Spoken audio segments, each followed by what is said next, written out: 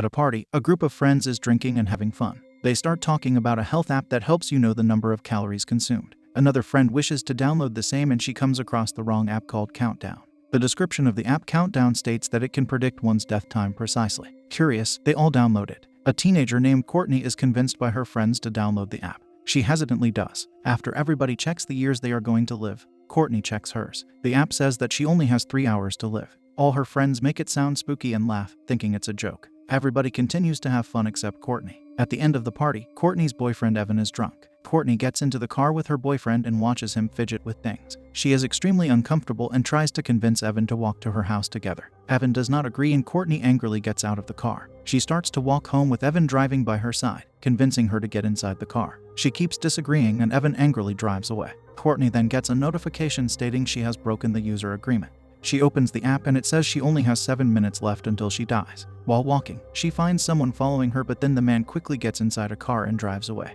The whole walk, Courtney is paranoid. She keeps getting messages about the time she is to stay alive. She sighs with relief when she reaches home. The app starts to blare, meaning she only has a minute left. She is annoyed with the app and decides to switch it off. Inside the house, she hears a presence. There, she is attacked by an unseen entity and is eliminated as her time is up. At the same time, Evan's car crashes into the woods with him conscious yet bleeding. He looks to the passenger seat and sees a tree branch impale the seat where Courtney would have been sitting. A nurse named Quinn Harris works at the hospital. She is polite and helps everyone in need. Evan is admitted to the same hospital. Quinn enters Evan's room and finds it empty. Knowing he is in the construction room to stay away from everyone, she follows him. Evan is due for surgery and is on crutches. He also has a foot case. Quinn pleads to not enter the room as she believes it could hold something dangerous. She also tries to comfort him for the upcoming surgery. Evan says he is not worried about the surgery but has something else in his mind. Quinn forces him to share it. Evan tells her about the supernatural app that informs them about the death time.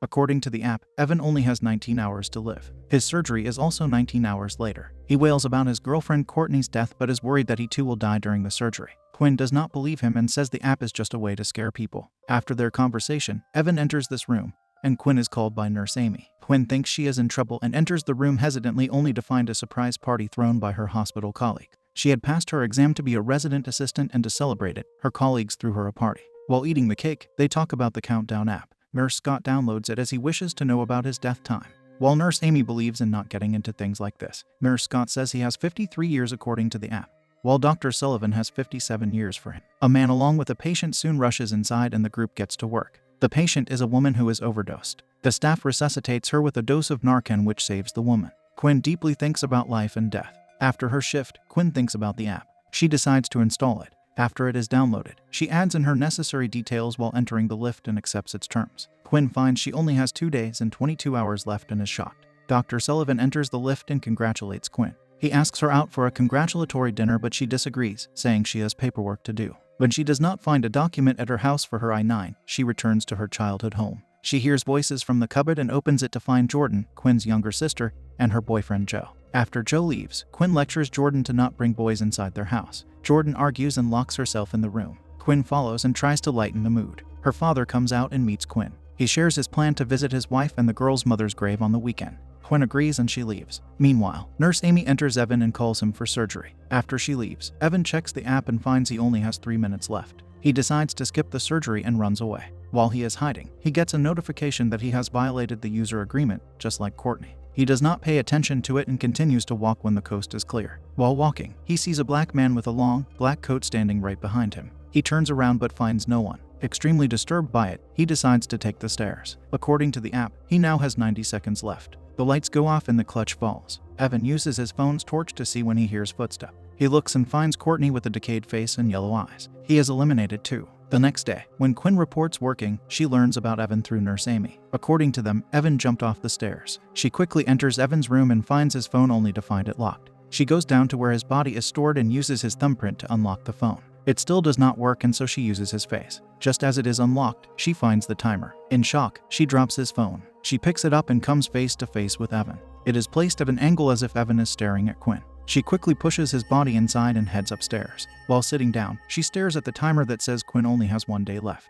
According to her calendar, she has to meet her family and visit her mother's grave tomorrow. Worried that she will die, Quinn calls her father and declines to go out with them. Nurse Amy is unhappy when she finds Quinn on her phone. She assigns her work. Soon later, Quinn receives a notification that informs her about the violation of the user agreement. She passes through a dark, empty room and feels as if she sees someone standing inside it. When she walks back to it, she finds no one. Dr. Sullivan breaks her out of her trance and asks her to follow him. Quinn agrees. She does not work properly and Dr. Sullivan realizes it. He asks her to share why. While she tries to explain how she is having a bad day, Dr. Sullivan hugs her. Quinn is uncomfortable and she escapes it and starts to work. Dr. Sullivan is her supervisor and Quinn had asked him for a recommendation letter. For the letter, he physically mistreats her. Quinn leaves the room and just as she is about to share the happenings with Nurse Amy, Dr. Sullivan assigns work to her. She is left alone. Quinn gets another notification about the violation of the agreement. At night, she researches the app and watches videos about it. One of the videos talks about a girl who confesses she saw her lifeless cousin. Many comments call the videos fake. She also comes across an article about Courtney. Since she had Evan's phone with her, she recognized Courtney. When she closes her laptop, she comes across Evan's ghost. She runs away but not before breaking her phone completely. Even after it, the timer starts which shows she has 1 day and 12 hours left. That night, she sleeps in her car. The next day, she is awoken by her sister Jordan.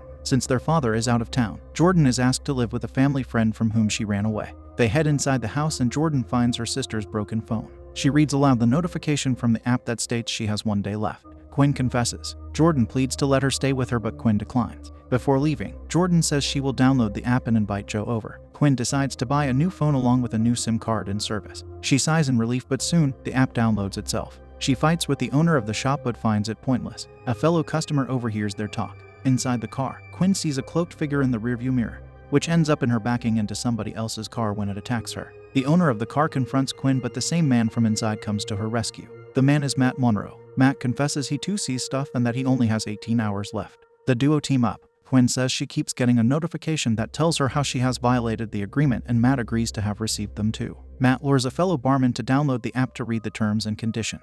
They learn that the user agreement is violated if they try to change their fate. That is Quinn not going with her family and Matt not taking a train ride, which should have resulted in their death. At the hospital, Quinn and Matt talk to their priest. The priest gives them a number they should talk to. Just as they are about to leave, Nurse Amy calls Quinn. Matt decides to head to the bathroom. There, he is attacked. Nurse Amy takes Quinn to the HR department where she learns that Dr. Sullivan has reversed the story to blame Quinn. She fights with Dr. Sullivan and tries to defend herself but is suspended. She leaves in anger and reunites with Matt. Quinn finds Matt disturbed but he does not confess to what happened to him. They reach to talk to another priest named Father John. Father John is excited when Matt asks whether he believes in demons. Without giving the duo time to talk, he shares a story where a prince meets with a gypsy that tells him about his life and asks the prince to promise to not change his fate. The prince does the opposite and sends his brother instead. The younger brother wins while the prince returns to the gypsy woman.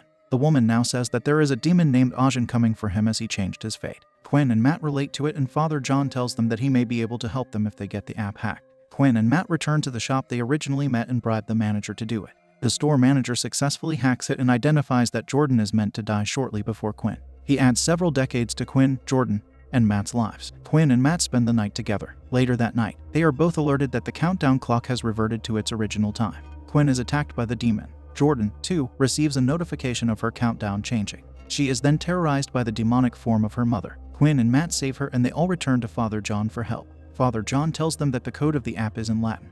They perform a ritual that involves blessing some salt in a ring to keep the demon away. The demon shows up. It sets off a deafening alert that everybody hears except Matt. Matt hears a robot coming his way. He turns around and finds his younger brother. The demon has taken the form of his younger brother. Matt apologizes to the ghost of his dead younger brother. He was guilt-ridden for stealing his brother's dinosaur while he was dying in the hospital when they were young. He was the same ghost Matt had seen in the hospital. Just as he steps a foot outside the circle, Matt's brother's eyes turn yellow and a sinister smile covers his face. He drags Matt out. Quinn, along with Jordan, runs behind Matt. On reaching outside, they find Matt okay. He is instantly hit by a truck and pinned up against the tree where he takes his last breath. Quinn cries and is ready to accept her fate. She turns and finds that Jordan is impaled in the abdomen during the pursuit of Matt. She rushes her to the hospital where Dr. Sullivan tends to her. Quinn is taken aside by a female coworker who learns that Dr. Sullivan mistreated other female staff members. She says she will support Quinn if she wishes to step forward legally. Quinn lures Dr. Sullivan under the construction wing of the hospital to execute the plan. The plan was that if Quinn eliminates someone before she did, it will defeat the demon. Quinn tries to inject Dr. Sullivan with an overdose of morphine, but the demon drags him away while they are fighting. Jordan then shows up and the demon chases her. It throws her through a window into another room. Quinn injects the morphine inside herself, but the demon takes the shape of her mother to stall time. Quinn ignores it and injects herself, which causes the demon to turn into ash. Jordan runs towards Quinn and cries over her lifeless body. She notices that Quinn had written a diagram on where to inject her arm along with a syringe full of Narcan in her pocket. Jordan follows and brings Quinn back to life. The sisters hug. After some time, Quinn, Jordan, and their father visit their mother's grave. After it, Quinn receives word of Dr. Sullivan's arrest. She also discovers an app called Countdown 2.0 has downloaded itself on her phone.